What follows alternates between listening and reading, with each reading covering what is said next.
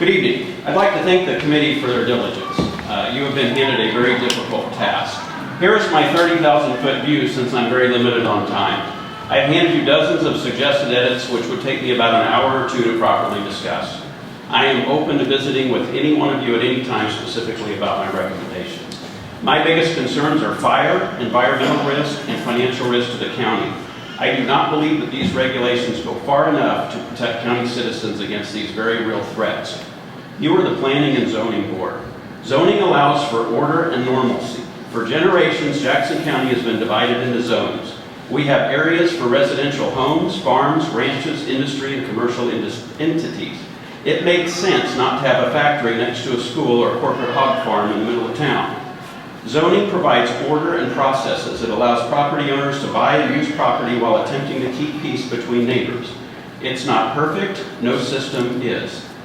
What's being attempted here throws a wrench in a system that your predecessors took generations to develop. We are potentially allowing a giant corporate entity to build an electricity-producing factory in a serene prairie setting. Calling it agrivoltaics is putting lipstick on a pig. Fancy names do not fool anyone. There's nothing agricultural about hundreds of thousands of glass panels, heavy construction equipment destroying our already stressed roads, new transmission lines, loud inverters buzzing all day long, and significant environmental threats to neighbors and wildlife that did not exist before.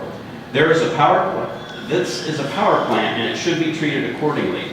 This is industry, not ag. In addition to solar regulations, industrial solar factories should be rezoned according to already existing regulations.